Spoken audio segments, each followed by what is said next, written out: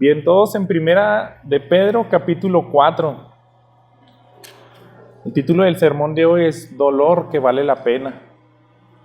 Cuando nosotros hablamos acerca de los deportes y sobre todo pues en deportes que tienen que ver con un gran rendimiento muscular, a lo mejor los que levantan pesas, los fisicoculturistas, siempre llevan a sus límites los músculos de su cuerpo y eso implica dolor.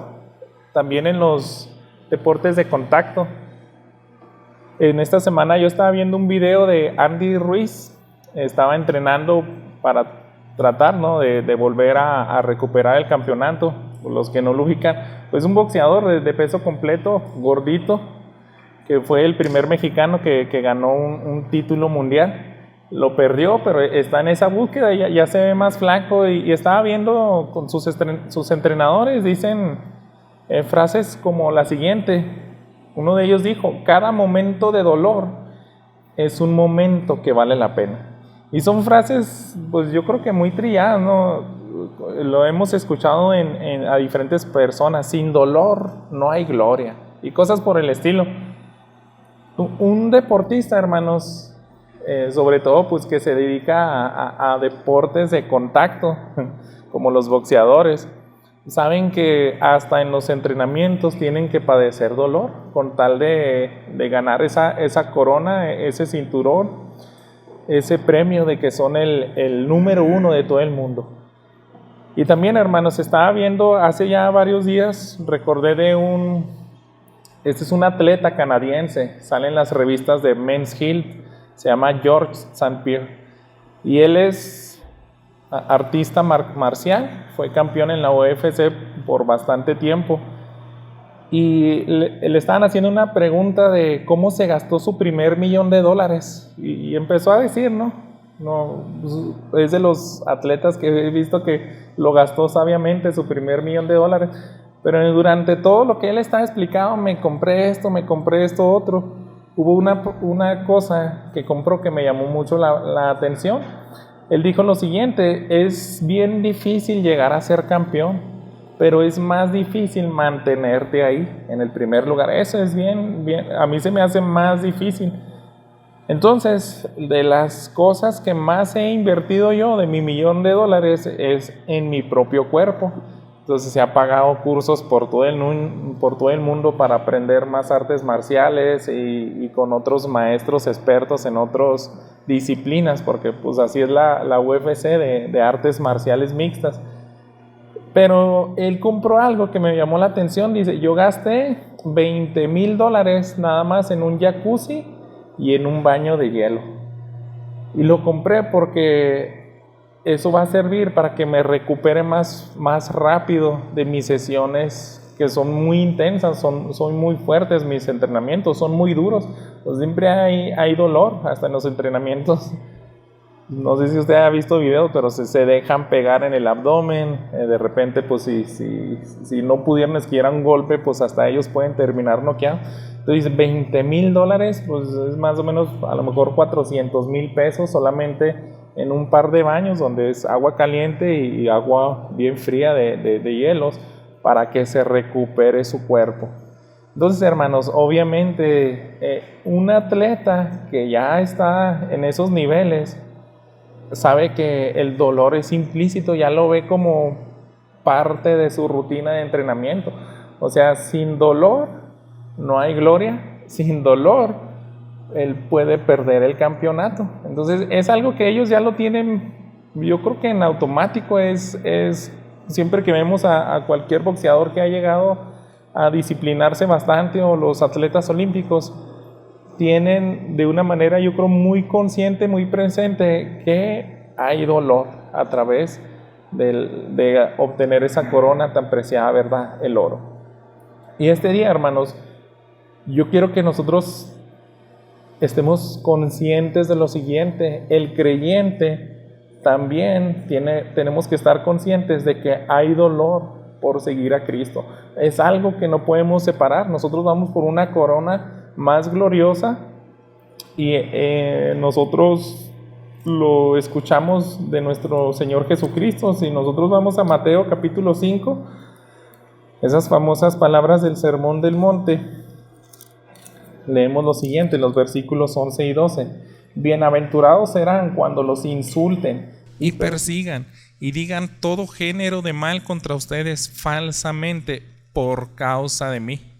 Regocíjense y alégrense, porque la recompensa de ustedes en los cielos es grande, porque así persiguieron a los profetas que fueron antes de ustedes. Entonces, hermanos, yo por eso le puse a este sermón ese título, Dolor que vale la pena.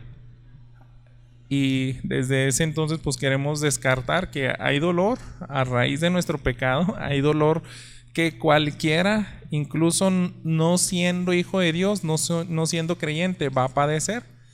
Cualquiera en este mundo, siendo hijos o no hijos de Dios, cualquiera de nosotros nos podemos enfermar, cualquiera puede perder un familiar, pero el dolor que vale la pena, hermanos, es el que es por causa de Cristo.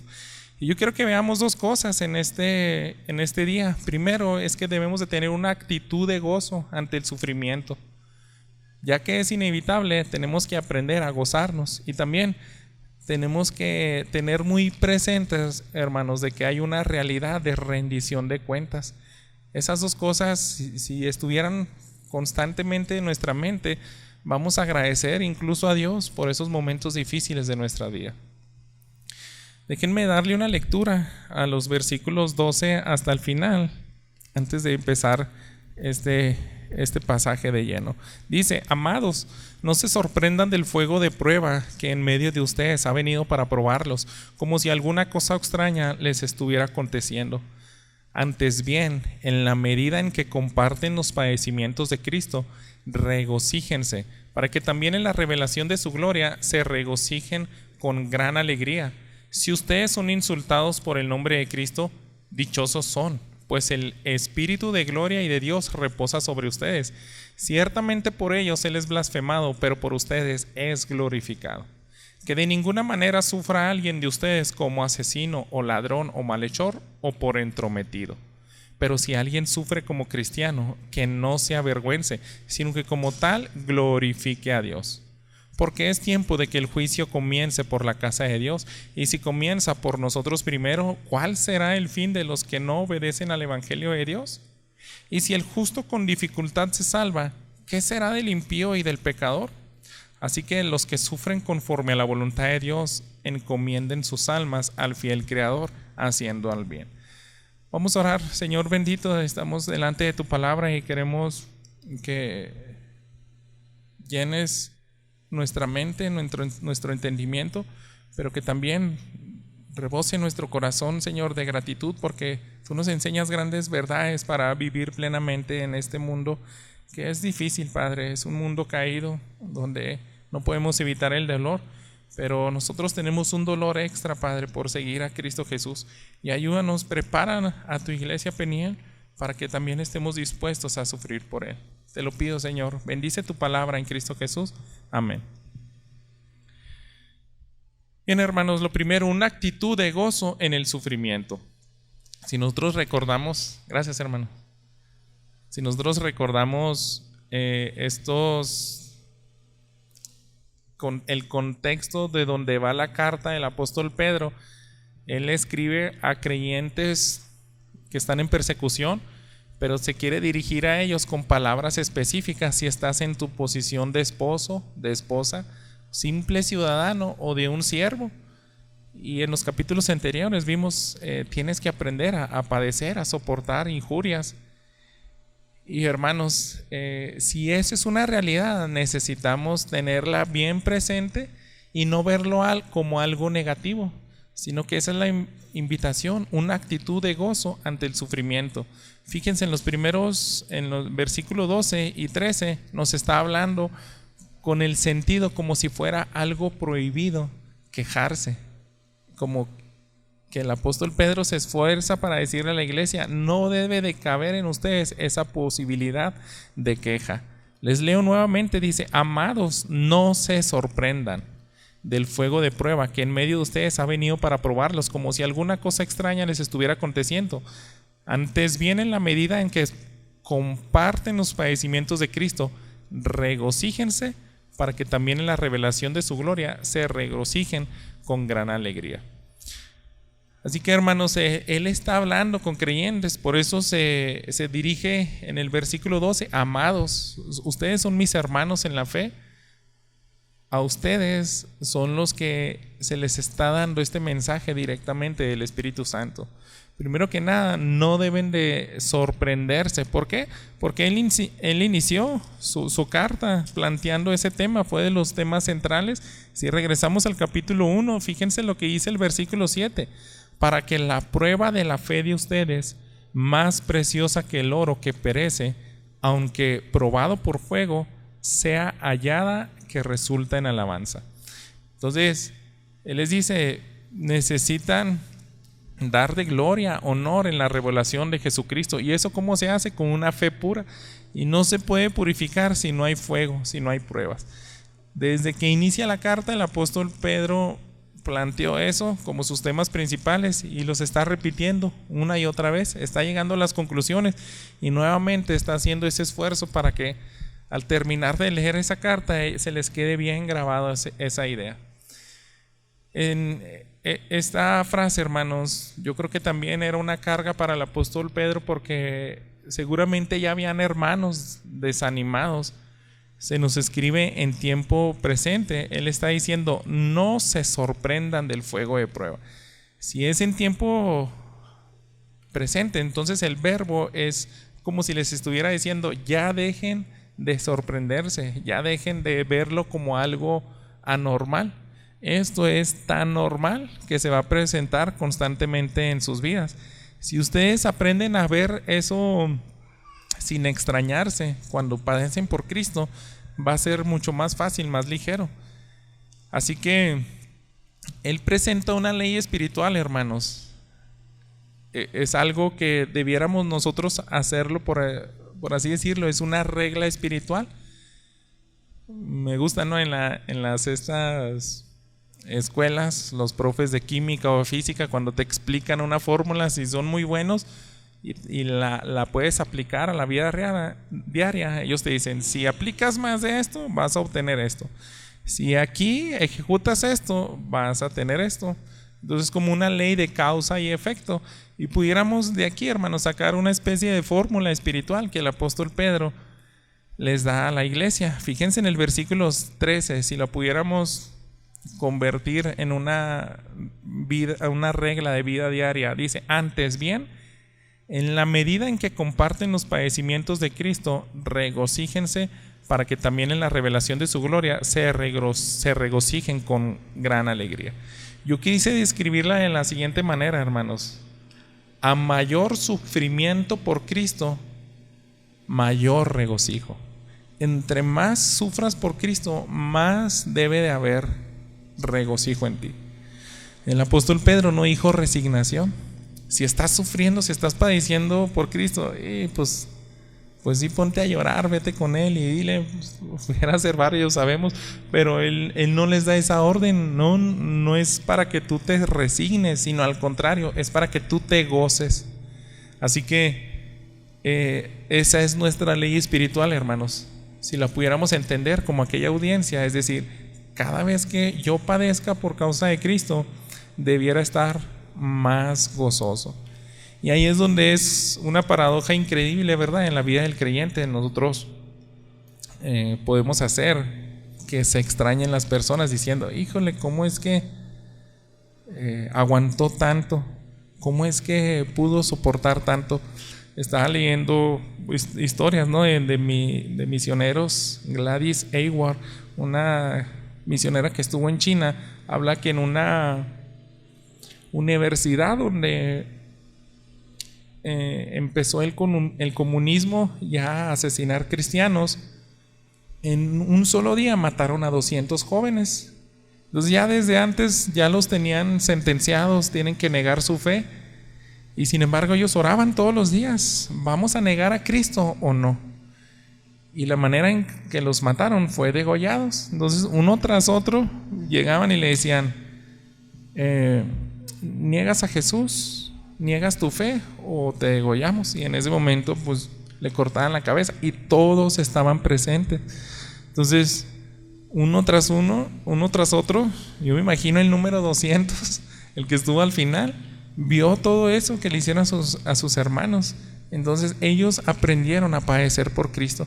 Pero pensemos en eso, si ellos no se retractaron, seguramente ese gozo empezó a crecer. Empezó a decir, qué valientes mis hermanos, ellos van a estar en la gloria con el Padre, y yo me voy a reunir con ellos. Yo creo que cada vez el Espíritu Santo obró en ellos para que no se retractaran, sino que lo hicieran de todo corazón. Y son cosas, hermanos, increíbles que al mundo impacta. Estamos viendo tal vez ese caso extremo, pero si nos vamos a algo más aplicado a nosotros, quizá ninguno de nosotros lleguemos a un punto de martirio, de tortura, pero sin embargo, cualquier creyente sí puede ser insultado. Fíjese el versículo 14, si ustedes son insultados por el nombre de Cristo, dichosos son, pues el Espíritu de gloria y de Dios reposa sobre ustedes. Ciertamente por ellos Él es blasfemado, pero por ustedes es glorificado. Así que está hablando, la lógica del reino de Dios es que van a sufrir por Cristo y van a glorificar al Padre. Si no eres hijo de Dios y sufres o pretendes sufrir por Cristo, eso no va a glorificar al Padre. Fíjense en la traducción al lenguaje actual, este versículo 14 dice lo siguiente: eso significa que el maravilloso Espíritu de Dios está siempre con ustedes. Si tú sufres, estás dispuesto a sufrir, a llevar ese dolor de Cristo también en tu cuerpo, es una prueba de que ahí está su Espíritu Santo capacitándote para que tú soportes ese dolor. Cuando nosotros no queremos sufrir, hermanos, por causa de Cristo, entonces debiéramos de también considerar eso. ¿Qué tal si el Espíritu Santo no está en mí? Porque siempre soy un cobarde que salgo huyendo de esos problemas. Y pueden ser diversos problemas, hermanos. A veces en el grado de nuestra madurez no queremos sufrir por Cristo. Muchos de nosotros, cuando no entendíamos bien el amor de Dios, la gracia, la misericordia, los primeros años de mi vida como creyente, yo no quería sufrir para nada, afrentas, burlas de mis amigos, me ocultaba. Pero ahora puedo decir que por gracia de Dios uno se da cuenta, sí, cierto, ¿por qué me sentía menos? ¿Por qué me daba tanto temor, ese desprecio? Yo, a manera de agradecimiento, les quiero decir gracias por todas sus oraciones, que los tenía orando ya bastantes meses a ustedes, porque el fin de semana pasado estuve en Ojinaga con mis compañeros de secundaria. Y yo en ese entonces, más que ser un buen ejemplo, fui lo peor para ellos, les estaba recordando. Y yo recuerdo, era una manera, un temor de no encajar con ellos si no me comportaba como ellos. Pero ahora digo, gracias a Dios que esa carga nunca se quitó de serles de buen ejemplo. Yo decía, algún día, ojalá que pudiera revertir eso. Oraba por ellos en ocasiones, pero cuando ahora se presenta la oportunidad de volverlos a ver después de 25 años, ya todos señores, gordos, barbones, canosos, pelones varios, ahí estábamos, cómo cambia la vida. Pero ahí yo estaba completamente libre de decirles, yo soy pastor, mi llamado fue así, me dedico a esto y estoy a la orden para cuando alguien de ustedes, ya habían varios que habían tronado sus matrimonios, estaban en su segundo matrimonio, pero a eso me dedico. Y pude hablarlo con tanta calma y facilidad que decía, gracias a Dios, porque si pude estar dispuesto a lo mejor recibir el menosprecio de alguno de ellos o la burla, entonces es porque yo estaba tranquilo y decía, Dios me permitió estar ahí. Es algo, hermanos, yo sé que me falta mucho. Cualquiera de nosotros debiéramos de ver esa evolución. ¿Tú estás dispuesto a sufrir por Cristo? Tal vez en tu trabajo no compartes, en tu escuela, con tus vecinos, no compartes tan seguido porque hay ese cierto temor de sufrir desprecios. Entonces, de eso se trata. Si ustedes son insultados por el nombre de Cristo, son dichosos. ¿Por qué? ¿Qué prueba más grande hay de que el Espíritu Santo te ha hecho madura?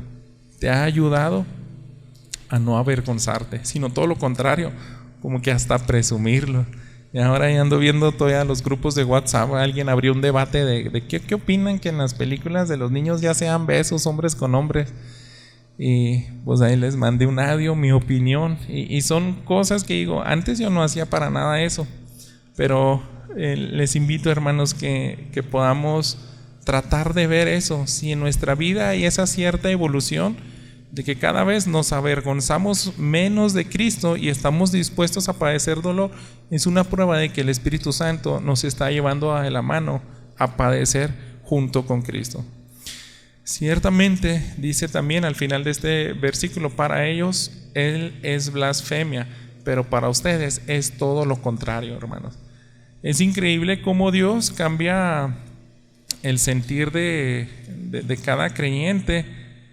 Y lo que antes rehuíamos, y muchos de nosotros pudiéramos seguir huyendo del dolor, de la prueba, pero fíjense cómo lo expresó Pablo en Hechos capítulo 21, el versículo 23. En esta ocasión, él se estaba despidiendo de los hermanos porque ya le habían profetizado: sabes que en Jerusalén te van a encadenar, en Jerusalén vas a padecer. Y se empezaron a entristecer y no deseaban eso para su querido amado Pablo, el que plantaba iglesias. Y en este versículo 23, escuchen la respuesta: por tanto, haz esto que te decimos. Perdón, es el versículo 13, 21, 13. Entonces Pablo respondió: ¿qué hacen llorando y quebrantándome el corazón? Porque listo estoy no solo a ser atado, sino también a morir en Jerusalén por el nombre del Señor Jesús. Cuando tú estás dispuesto a sufrir por Cristo, ya lo ves como algo que va a glorificar a Dios. Entonces, Pablo estaba bien consciente: si yo llegara a morir por Cristo, eso va a traer gloria a mi Padre. Yo estoy dispuesto a llegar hasta las últimas consecuencias, perder la vida, con tal de glorificar al Padre. Ni siquiera ustedes, que son mis hermanos en la fe, me están diciendo esto bien intencionado, pero no quiero que lloren, sino al contrario, debieran de regocijarse junto conmigo. Yo estoy dispuesto a padecer y hasta la muerte. ¿Se fijan, hermanos? Podemos ver distintos niveles de madurez. Yo creo que cualquiera de nosotros estaríamos en la posición de los hermanos que lloraban por Pablo. No dejes que te amarren. Acaba de decir el profeta que te van a atar con tu propio cinto. Bueno, el que tomó la profecía con su cinto, y no pudiéramos tener la misma respuesta quizá del apóstol Pablo, de decir: no, yo quiero sufrir, yo quiero padecer, incluso ir hasta la muerte. Así que ese es el sufrimiento que glorifica a Dios, el que vale la pena, el que tiene recompensas eternas. Y el apóstol Pedro quiere que no nos confundamos, hermanos, quiere que tengamos bien claro eso. Este sermón, el único dolor que vale la pena es sufrir por Cristo. Así que de otra manera, él quiere insistir para que descartemos cualquier otro tipo de dolor. Por eso tenemos lo siguiente en el versículo 15. Continuamos, dice: que de ninguna manera sufra alguien de ustedes como asesino o ladrón o malhechor o por entrometido. Pero si alguien sufre como cristiano, que no se avergüence, sino que como tal glorifique a Dios. Así que el que le dice, también está prohibido lo siguiente: está prohibido que no te extrañes del dolor, pero también está prohibido que sufras por pecados escandalosos, si lo pudiéramos clasificar así. Él menciona esas tres cosas de que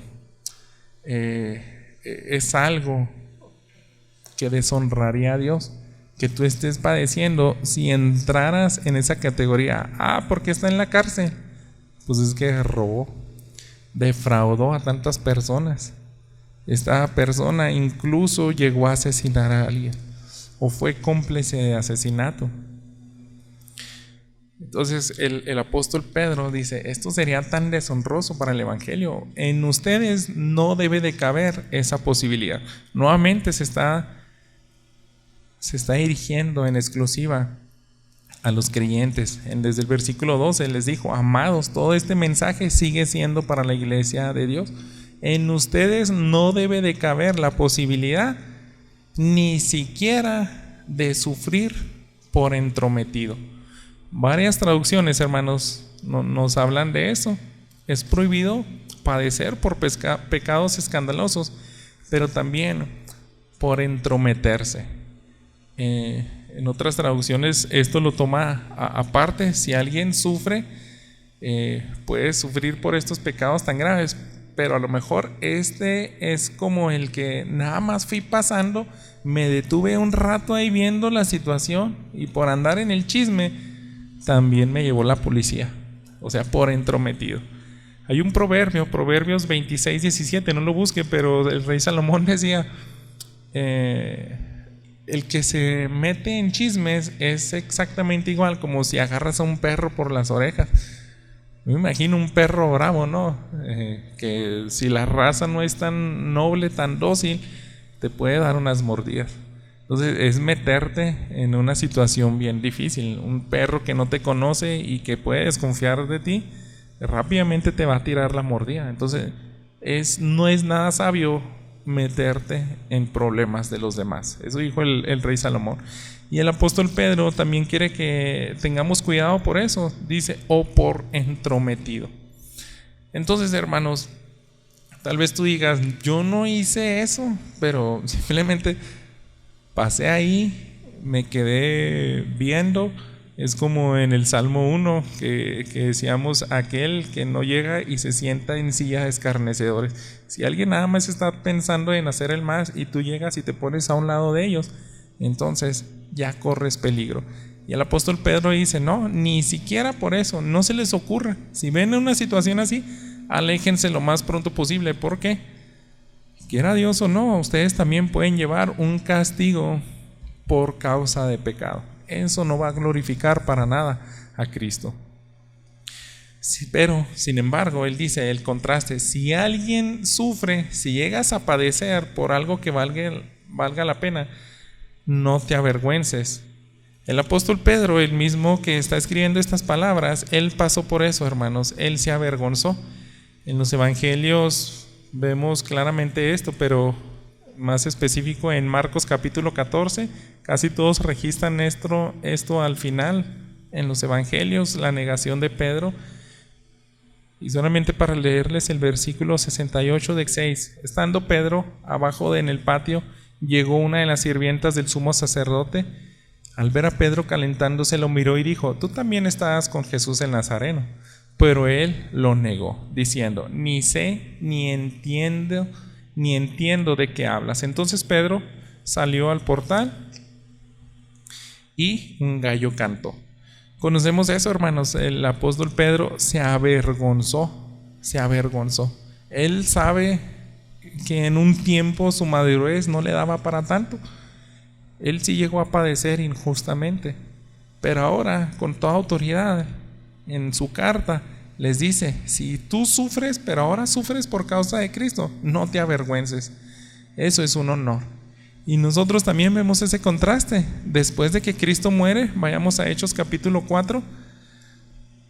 Después de que Cristo muere, resucita, le restaura, asciende al cielo.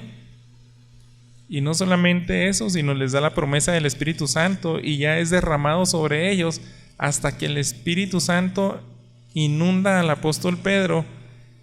Y él, ese momento en el cual se avergonzó, porque él desde lejos vio el Sanedrín, era algo que amedrentaba a cualquiera, ser juzgado por 72 personas. Ahí estaba enfrente nuestro Señor Jesús, Pedro viendo de lejos. Por eso él decía: se me hace que lo quieren linchar, lo van a matar seguramente.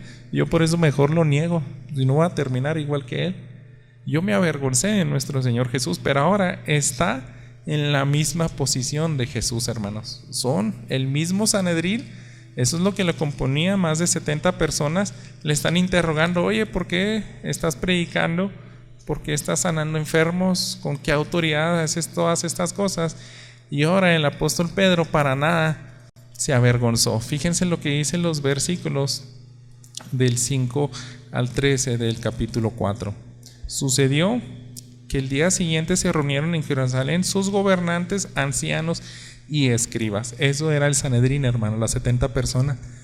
Estaba ahí el sumo sacerdote Anás, Caifás, Juan y Alejandro, todos los que eran del linaje de los sumos sacerdotes. Poniendo a Pedro y a Juan en medio de ellos, les interrogaban: ¿con qué poder o en qué nombre han hecho esto? Entonces Pedro, lleno del Espíritu Santo, les dijo: gobernantes y ancianos del pueblo, si se nos está interrogando hoy por causa del beneficio hecho a un hombre enfermo, de qué manera éste ha sido sanado, sepan ustedes y todo el pueblo de Israel que en el nombre de Jesucristo el Nazareno, a quien ustedes crucificaron y a quien Dios resucitó entre los muertos, por él este hombre se halla aquí sano delante de ustedes. Desde ahí, hermanos, vemos la valentía del apóstol Pedro. Él no se avergonzaba, incluso los está confrontando. Él pareciera que dice: los tengo que hacer volver en sí. Seguramente puedo terminar como Jesús. Si a Jesús mataron, a mí también, pero yo le estoy diciendo: ustedes lo mataron. Y no se detiene ahí, hermanos. Fíjense. El versículo 11: este Jesús es la piedra desechada por ustedes, los constructores, pero que ha venido a ser la piedra angular. En ningún otro hay salvación, porque no hay otro nombre bajo el cielo dado a los hombres en el cual podamos ser salvos. Al ver la confianza de Pedro y de Juan, y dándose cuenta de que eran hombres sin letras y sin preparación, se maravillaban y reconocían que ellos habían estado con Jesús. ¿Qué vieron, hermanos, ahora en el apóstol Pedro? Vieron seguridad, vieron que nada lo amedrentaba. Entonces, ahí está claramente: no se avergüencen. Yo me avergoncé en un pasado, salí huyendo, negué, maldecí que conocía a Jesús, pero ahora no más, ya no me avergüenzo. Yo estoy dispuesto a sufrir por él. Por eso habla directamente de aquel, les confronta que ellos lo mataron, lo crucificaron, le desecharon. Así que por eso él nos escribe con esa autoridad, hermano. Piensen bien en esa escena. El apóstol Pedro habla de eso porque ya lo vivió, ya lo experimentó. Ya está en un punto de madurez donde dice: es lo más hermoso darle gloria a Dios. No te avergüences si sufres por él. Así que si alguna vez tú vas a estar en una oportunidad donde se te va a demandar de tu fe, no te avergüences. Pidámosle a Dios: ayúdame a llegar a esa madurez de estar dispuesto a sufrir por ti. Puede llevar años, hermanos, quizá. Puede llevar meses. Si realmente queremos honrar a Dios, pidámosle de su Espíritu Santo para que nos ayude ahí. Esa es una actitud de gozo ante el sufrimiento, porque después de eso, que no fue la única vez, primero los amedrentan, después los azotan, y cuando salen de todo ese castigo dicen: estamos gozosos por padecer por Cristo Jesús. Hermanos, nosotros estamos llamados a eso. Está prohibido sorprendernos de las pruebas por causa de Cristo, de las burlas y desprecios, pero también, hermanos, tenemos que aprender a gozarnos cada vez más. Y con esa fórmula espiritual que sacamos, esa ley: a mayor padecimiento debe ser más grande nuestro gozo. ¿Por qué, hermanos? Porque es una realidad que cualquiera de nosotros vamos a rendir cuentas delante de Dios. Todo hombre, y es lo que va ahora en el segundo punto del sermón, la realidad de una rendición de cuentas. Fíjense lo que dice el versículo 17, regresando aquí a 1 de Pedro 4: porque es tiempo de que el juicio comience por la casa de Dios. Y si comienza por nosotros, ¿cuál será el fin de los que no obedecen al evangelio de Dios? Ahora Pedro nos habla de una realidad. Ten presente también que vas a padecer delante del tribunal del Padre. Y hermanos, aquí sí está englobando para todos, al creyente y no creyente. Primero, hermanos, ¿cuál será el fin de aquellos que no obedecen a Dios? Él está hablando si el creyente va a ser juzgado y va a recibir un pago de acuerdo a sus obras, pues también pudiéramos a lo mejor recibir ciertas reprimendas. Pero para el que no es creyente, el fin de ellos va a ser terrible. Pedro, hermanos, enseña unas realidades que yo quiero que las veamos. Pedro está hablando de la realidad de un tiempo específico. Hay un orden y hay una recompensa. Hay un tiempo para venir y estar delante de Dios. Hay un orden, empieza por la casa de Dios, termina por los injustos, y todos van a llevar esas recompensas. Son realidades, hermanos, que debemos de estar conscientes. No podemos pasar por alto la justicia de Dios. Y aquí, hermanos, hay un cierto debate, porque estudiosos de la Biblia pueden ver dos posibilidades. No creo que sea tan complicado esto, que se contradiga tanto uno a otro, porque el pasaje es fuerte.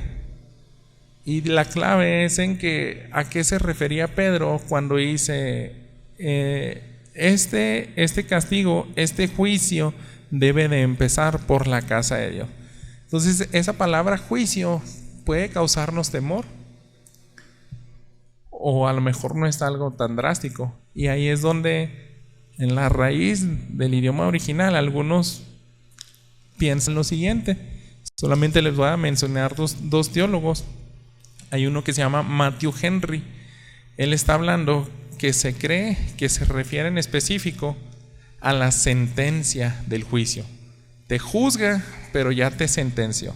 Entonces, también te puede dar algún pago negativo de acuerdo a tu pereza, de acuerdo a que negaste algunas ocasiones a Jesús. Y en eso radica que algunos digan, no creo que sea tanto ese extremo. Hay otro teólogo que se llama William Hendrickson, y él dice, no, más bien aquí es el simplemente acto de juzgar. Todos vamos a ser juzgados, pero algunos los van a sentenciar y va a ser muy mal. Como sea, no creo que haya mucha diferencia, hermanos. Hendrickson, él se enfoca en ese castigo eterno que dice, ese castigo eterno no lo pueden recibir los hijos de Dios. ¿Por qué? Porque Cristo ya pagó por tus pecados. Tú no puedes estar en ese resultado de un juicio negativo donde te dice, apártate de mí al agua de fuego. Yo creo que todos están de acuerdo con eso. Matthew Henry dice, es que no debes de también negar que hay dolor por la disciplina del Padre. También es una realidad. Este otro teólogo dice, cuando tú eres juzgado por el Padre, aún en vida, puedes recibir disciplina. Y es algo que está muy claro en las Escrituras. Fíjense, vamos a Hebreos, retrocedamos algunas páginas ahí en sus Biblias. En Hebreos capítulo 12 dice lo siguiente, los versículos 4 al 10. Porque todavía en su lucha contra el pecado, ustedes no han resistido hasta el punto de derramar sangre. Además, han olvidado la exhortación que como a hijos se les dirige. Hijo mío, no tengas en poco la disciplina del Señor, ni te desanimes al ser reprendido por Él, porque el Señor al que ama disciplina y azota a todo el que recibe por hijo. Fíjense, hermanos, el creyente puede padecer por una disciplina. Es muy distinto a recibir la ira de un Dios todopoderoso para una condenación eterna, pero sí está hablando de azote y te está diciendo que no te desanimes, porque sí causa tristeza, sí causa dolor cuando Dios a veces nos disciplina, hermanos. Él lo hace con amor porque quiere hacerlos volver en sí. Dice el versículo 7, es para su corrección que sufren. Dios los trata como a hijos, porque ¿qué hijo hay a quien su padre no discipline? Pero si están sin disciplina, de la cual todos han sido hechos participantes, entonces son hijos ilegítimos y no hijos verdaderos. Y agregamos en 9, además tuvimos padres terrenales para disciplinarnos y los respetábamos. ¿Con cuánta más razón no estaremos sujetos al Padre en nuestros espíritus y viviremos? porque ellos nos disciplinaban por pocos días como les parecía, pero Él nos disciplina para nuestro bien, para que participemos de su santidad. El autor de esta carta dice: también tú puedes padecer por causa de tu pecado, pero cuando Dios te juzgue y te dé el pago, como dice Matthew Henry, también puede ser un pago fuerte de disciplina, pero tiene propósito, hermanos. Si te duele eso, si por causa de tu dureza de corazón y por no entregarte y crecer en santidad, Dios te hace atravesar por algún momento de dolor, no sé, una enfermedad, un accidente, una crisis de cualquier tipo, no olvides, ese dolor tiene un propósito. Dios te está mostrando su gracia y amor ahí también. ¿Por qué? Porque quiere tu santidad y eso duele. Dice, si no te azota, entonces eres bastardo, dice en la Reina Valera 60, un hijo no legítimo. Alguien que dice, no, será mi hijo biológico, pero yo nunca lo voy a considerar mi hijo. Así que esa es una verdad, hermanos, la realidad de la rendición de cuentas. Y dice el versículo 18, regresando a Pedro 4, y si el justo con dificultad se salva, ¿qué será del impío y el pecador? Así que tengamos bien en claro, hermanos, la justicia del creyente no tiene que ver por actos meramente suyos. Cuando nosotros vamos a la carta de Pablo a los Filipenses en el capítulo 3, les voy a leer el versículo 9. Filipenses 3:9. Y ser hallado en él, no teniendo mi propia justicia derivada de la ley, sino la que es por la fe en Cristo, la justicia que procede de Dios sobre la base de la fe. Si el justo con dificultad se salva, no es porque él se esforzó y trató de ser un buen hombre, es porque por gracia de Dios esa fe fue purificada. Y es el tema del apóstol Pedro. La fe se purifica con las pruebas. Cuando esa fe es preciosa, es una muestra de que tú eres justo. Entonces el justo con dificultad se salva. No puedes quitar de él esa realidad del dolor. Yo creo que es una figura de lo mismo que nos plantea nuestro Señor Jesús cuando dice, tienen que aprender a ir por el camino angosto, porque es ancho y espacioso el camino que va a la perdición. Si es un camino angosto, hermanos, no es tan fácil andar ahí, andas muy incómodo, no es algo que se disfruta tal vez, es un camino, a lo mejor te llevas varios raspones, te fastidias y este camino no está fácil, aquel está bien fácil, nomás viendo a los demás, pero ese es el camino, el del creyente. Si el justo con dificultad se salva, ¿qué será del impío y del pecado? Ellos sí van a recibir una condenación, hermanos. Y terminemos con el versículo 19. Así que los que sufren conforme a la voluntad de Dios, encomienden sus almas al fiel Creador, haciendo el bien. Los que sufren conforme. Entonces, vamos a terminar con esto, hermanos. Es bien claro que el cristiano tiene que padecer. Nuestro Señor Jesús fue de las personas que más los dejó en claro. Lo dejó bien claro cuando lo seguían multitudes. Vámonos a Mateo capítulo 10 para tomar algunos versículos. Jesús hubiera sido deshonesto si nos dijera, Selene, Jorge, hermano Adrián, hermano Javier, Yusuf, todos los que están aquí, ven y sígueme, va a ser una vía fácil. El ser creyente es bien gozoso eso. Y por dentro Jesús pensando, es que si les digo que van a sufrir por mí, se me hace que se me van a ir, ya nunca los voy a volver a ver ahí en Peniel, mejor se los voy a ocultar.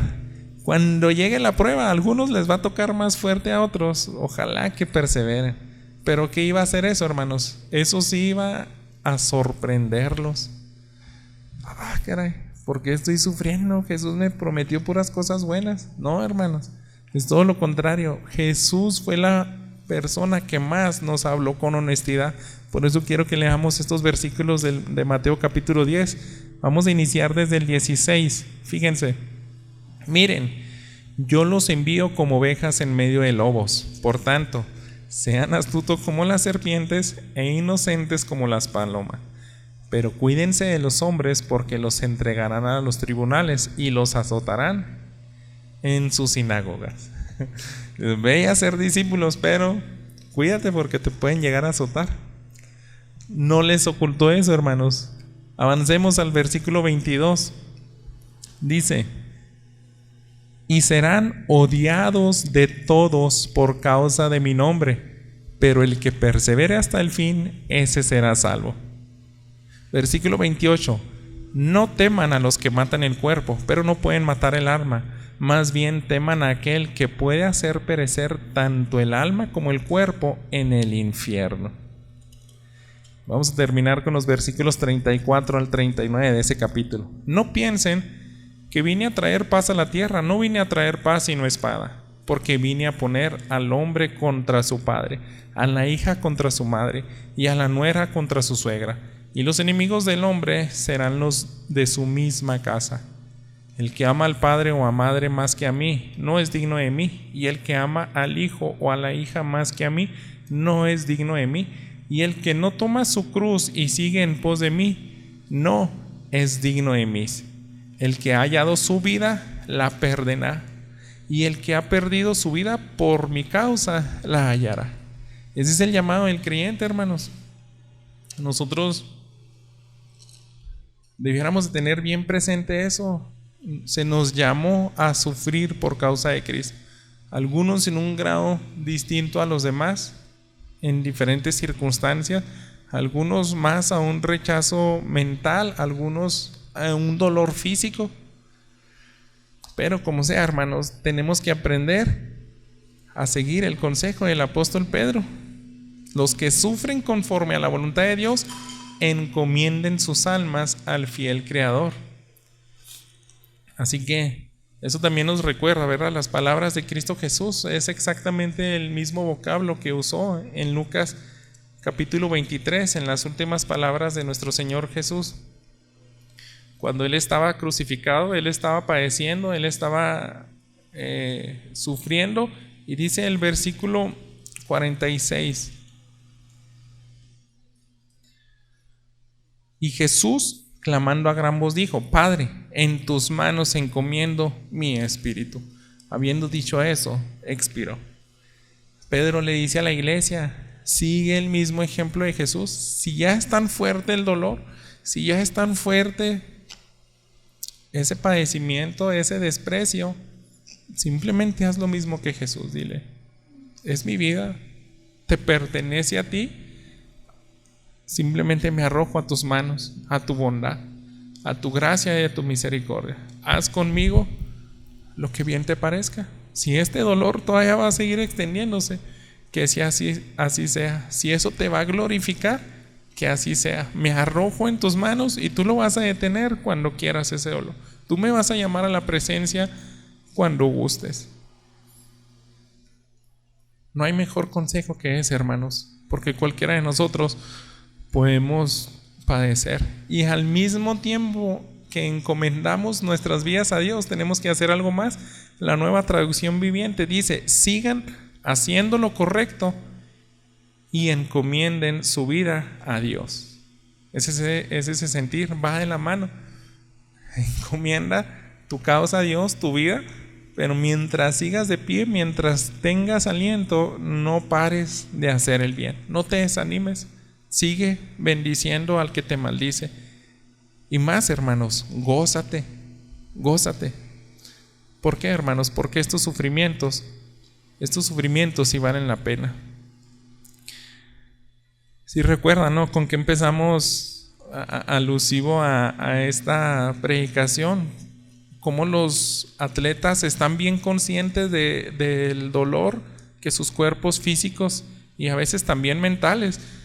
Los boxeadores de épocas anteriores eran ideas de que los entrenadores decían: no, te vas a distraer si te traemos a tu familia.